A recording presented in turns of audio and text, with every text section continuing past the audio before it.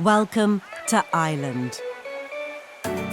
Home to many of the world's leading companies, attracted by its young, highly skilled workforce, business-friendly environment and access to the EU's single market.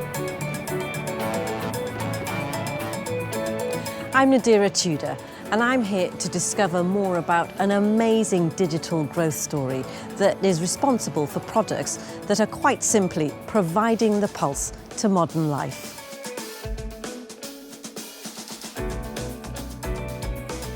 From smart speakers to mobile phones, electric vehicles, kitchen appliances and satellites, I'm talking about semiconductors, also known as computer chips.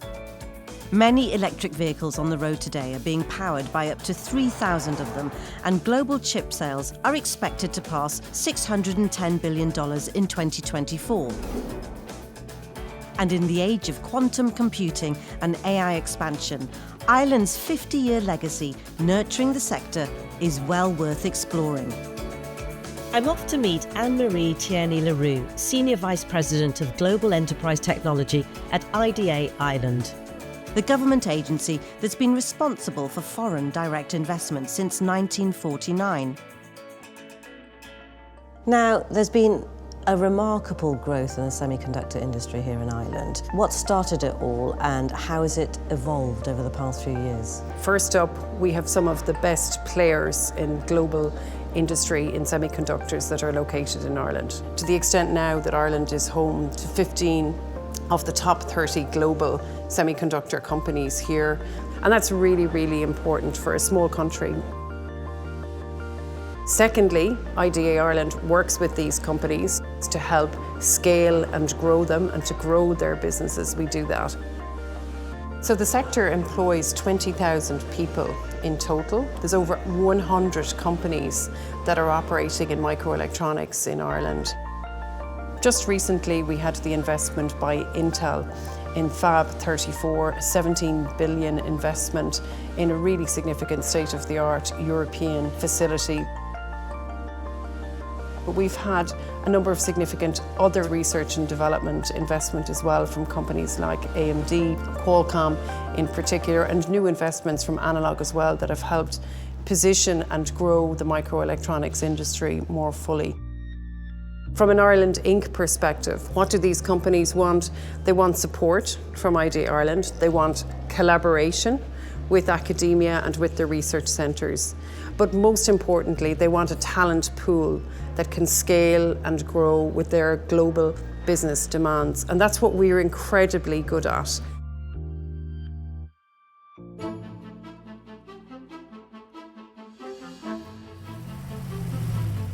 A critical part of Ireland's role in global semiconductor production has been its universities and research centres.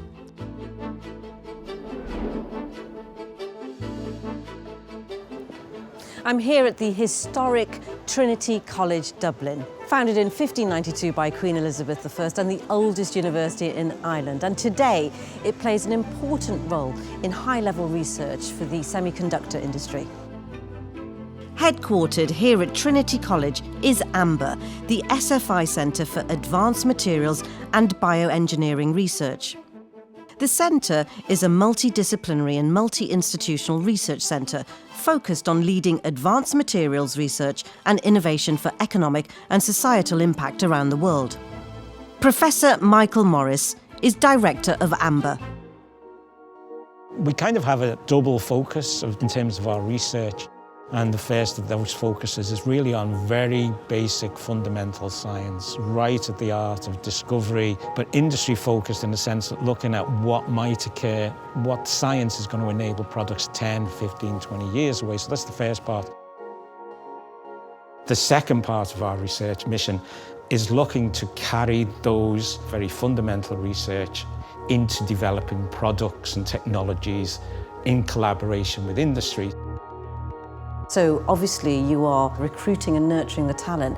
How important is that? Our mission is to be world leading, right? Because if you're not world leading in this field, you're not really contributing. So for us, we want to recruit the best talent that we can into AMBER. and then they go into companies to actually lead those companies on their scientific missions as well. How important is research? Research is really critical. If you think about what the global problem is at the moment, right? Sustainability and climate change. We won't be able to run the factories in the way we want to run them, that are climate friendly, that are environmentally friendly, without the kind of semiconductors which can enable them to tune themselves to lower emissions.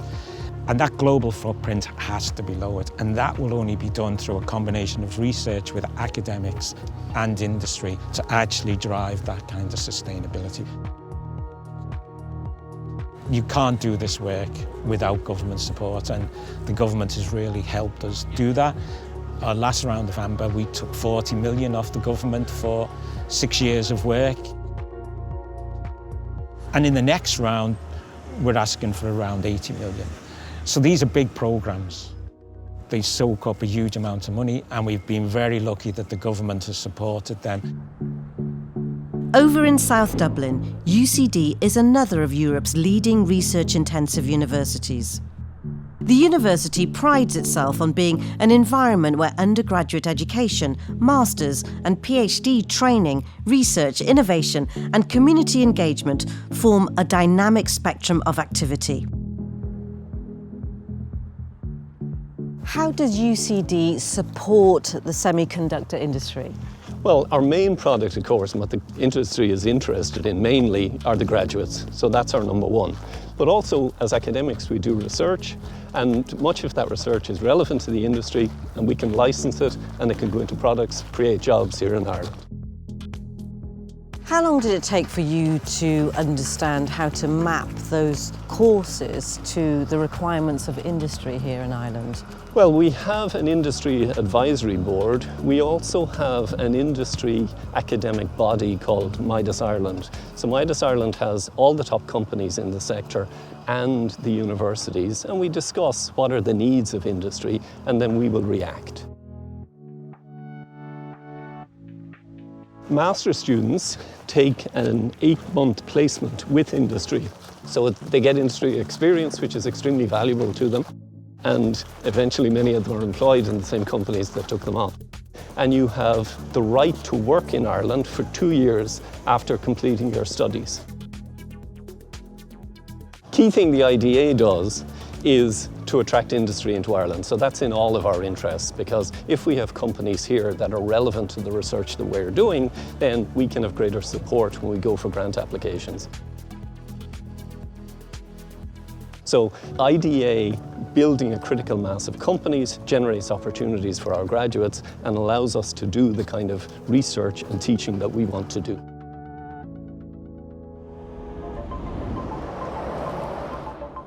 The first industry trailblazer to come to these shores was American multinational Analog Devices, or ADI, back in 1976. The company set up shop in Limerick, where it remains today. Analog Devices' decision to choose Ireland as a location in 1976 was driven by the country's talented workforce, pro-business environment, strategic location and focus on innovation. Our CEO Vincent Roach remarked recently that the furnace of innovation continues to burn brightly in Ireland. The Irish government has always been supportive of foreign direct investment, offering attractive incentives that companies like Analog Devices utilise. This supportive regulatory framework made it easier for us to establish and grow our operations in Ireland. Ireland's strategic location within the European Union provided us with seamless access to the European market. This has been vital for our business, allowing us to efficiently serve our customers across Europe and beyond. Over the years, we have established significant R&D operations in Ireland, including our European Research and Development Centre in Limerick. This centre is a testament to our commitment to innovation and our belief in the talent and capabilities available in Ireland. Hi Liam. Hey, Hi, morning, nice to meet you. Nice to meet you. Nice to meet you. Explain what you're doing here. We're working in the area of wireless battery management systems. Basically, we work with EV battery packs. Each cell needs to be monitored for voltage, temperature, particularly during charging. That's usually accommodated by a lot of wires. So what we've done in this case is we removed all this wiring, and we've replaced it with ADI radios. That gathers all the information, publishes it back to the manager, so the ECU in the car can know the state of health, state of charge of the battery pack in the car. We're removing weight, removing complexity, makes the adoption easier, but also makes the same battery go further. They're also completely reusable in second life. Say 7-10 years of use in a car, your range might be down to 70%. That's probably not acceptable anymore in the car, but that's perfectly good for energy storage. So attach it to windmills, attach it to data centers, and have maybe another 10 years. It's game changing in that sense. Travelling south, I'm now in the vibrant city of Cork, often hailed as the culinary capital of Ireland. Its iconic English market has been trading since 1788. It is here, with this rich cultural backdrop, that Qualcomm Technologies has put down roots. The company's products power smartphones and smartwatches the world over. And the company is now looking to drive satellite connectivity to provide ubiquitous 5G. Qualcomm is a wireless communication company, so we want to connect everything from your phone to your watch to your mobile to home technologies to smart cities. So recently we had a release of a phone, a Snapdragon, that operates with the satellites. We don't have to be connected to the network, we don't have to be connected to the Wi-Fi. That enables us global communication anywhere, anytime in the world. It is designed across multiple sites globally. And that collaboration is so key, isn't it? Yeah, we're one global team. Some of the key sites are San Diego, Bangalore, Hyderabad, and Cork. All these teams work together. We talk to India in the morning because of our time zone, and then we talk to San Diego in the afternoon and the evenings. Can you tell us about Qualcomm's connections with universities? Yeah, we have a great tradition of university connections. We relied on our local universities, UCC, NTU. We found great talent. Then we expanded into Ireland universities to Dublin, Galway, Limerick. We did presentations, we explained what Qualcomm does, the great technology, the opportunities. The culture is really important. We have 46 nationalities here. Where we're going to go in the next 3 years will be better than what we have done in the last 30 years. Faster, quicker connectivity, better performance, new applications, and AI is the first part, along with cybersecurity and quantum. All those are three key areas. It's going to create new applications, new use cases, new opportunities for businesses to grow.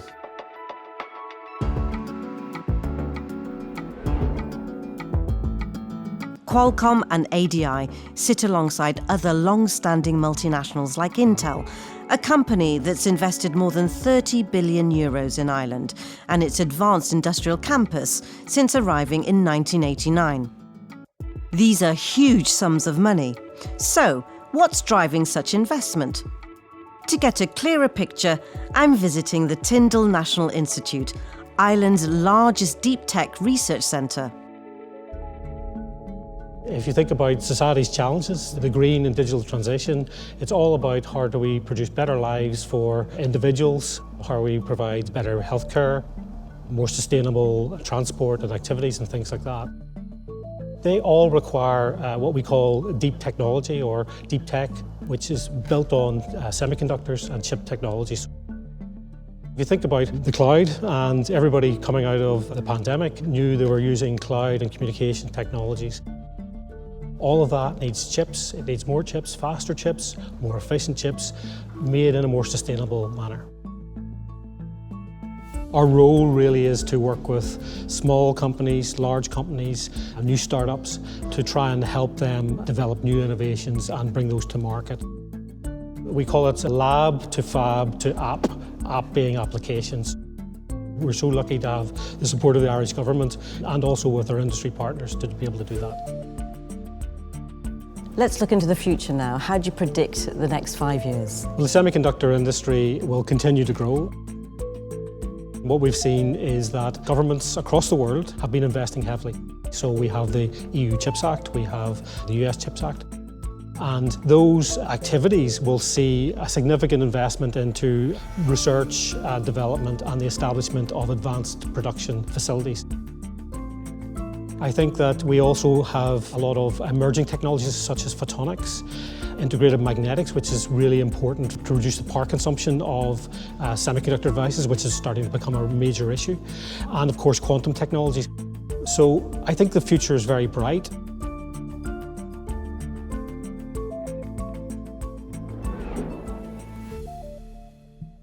With the sun still shining, I'm heading to Galway on the west coast to learn about a rather special family business.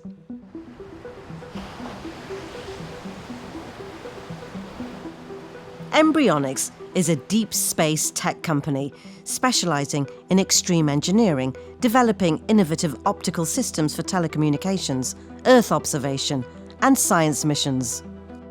Founded 10 years ago by siblings John, Ruth and David Mackey, Mbryonics is a homegrown industry pioneer. It's pursuing a mission to build the internet in space with its technologies and satellites orbiting Earth and in deep space. The company is establishing a significant manufacturing facility in the west of Ireland following a €17.5 million investment from the European Innovation Council Accelerator. Co-founder, CSO and Chief Operating Officer Ruth Mackey tells me more. We're creating laser links between satellites. So we make and design very precise optical instruments that can point and track at satellites as they're moving and create the links. We also create the photonics transceivers that actually then drive the data through the system. We design everything and we manufacture about 85% of the components in Ireland. My own background was in a technology called adaptive optics, and this is real-time flexible optics that are used to correct aberrations in systems. But that led on to understanding complexities that were going on the satellite side, and also some of the innovations that were needed there. So there's been a number of years spent to make photonics more power efficient, because everything on a satellite is running off a battery and is solar powered, so you're trying to be as efficient as possible. Some of those innovations that we've made have actually now translated into even data centers on the ground. So we are actually spinning out that technology. Can you explain how global your business is? Our customers would typically be either in Europe, the US, or actually in Japan or Australia. So we have really an international market that we're actually operating with, and also an international supply chain. And we have really relied on Enterprise Ireland and the IDA to actually support us in actually government level, even opening up export paradigms that we can actually be based in Ireland and actually export out some of these technologies. Can you explain how you're encouraging more female representation? We actively engage as much as possible in recruiting actually a broad spectrum of people. So we go out to universities, we go to STEM events and actually let them know what we're doing, because sometimes it's not always visible, you know, that, okay, so I'm doing a physics degree or I'm doing something, but actually what could I do with that as a job? So for us, it's really important to actually encourage particularly young children who are just very excited and enthusiastic, and anything is possible, you know, that's always, there's no barriers there. So just encouraging that all the way through. Another company in Ireland at the heart of high performance and adaptive computing revolution is American multinational AMD, which has placed its focus on solving the world's most important challenges. Its technology is embedded across industrial, healthcare, space and beyond. AMD's complex chips help to make cars safer, factories more productive, increase personal productivity and are driving the AI revolution. With a 30-year history in Ireland through the acquisition of Xilinx, AMD is a much celebrated industry pioneer.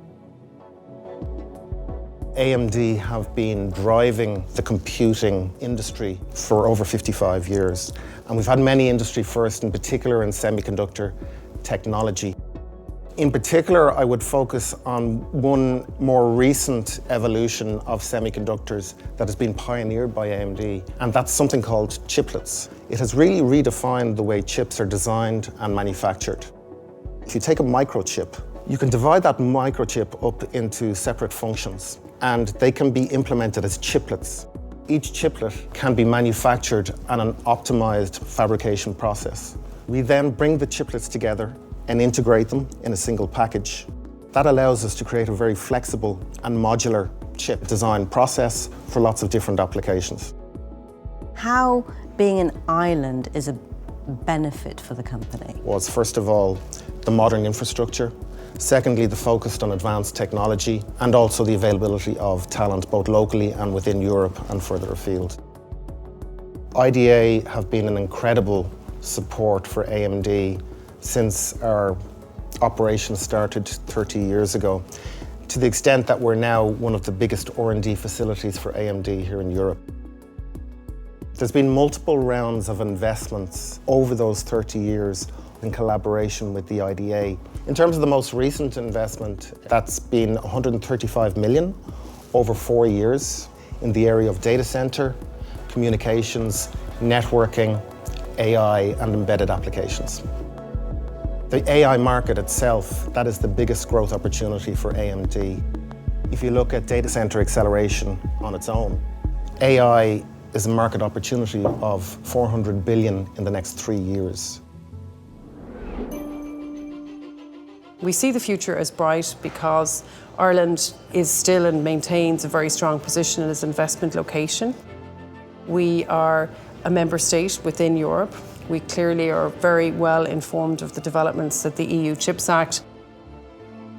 And we look forward to working with companies across the world that might be considering their global manufacturing and/or research footprints that might want a place in Europe and that they might want a place like Ireland to call their home. Thank you for joining me on this road trip. This small island has every reason to be proud of its thriving cluster of semiconductor businesses. These are true pioneers, collectively providing the pulse to modern life.